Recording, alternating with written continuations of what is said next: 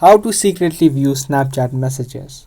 Hi guys, in this video I'm exactly going to show you a secret trick that you can use to view the Snapchat messages without other people knowing. So if you also want to learn how you can do that, make sure you stick till the end, and before we get started, make sure you subscribe to our channel and also turn on the notifications so you don't miss out on informative videos such like this. Open up your app of Snapchat. Now if you head over to your chat section, you can see that this person has sent a snap.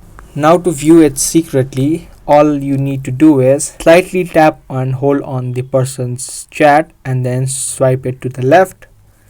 Swipe it all the way and don't leave the tap on the screen, and you can easily see that the message that they have sent, and again you can swipe back. After I swipe back, you can see that the message is not read. So all you need to do is slightly tap and slide it to the right, and you will be able to see the message easily, but don't let go of the tap, otherwise the message will be read.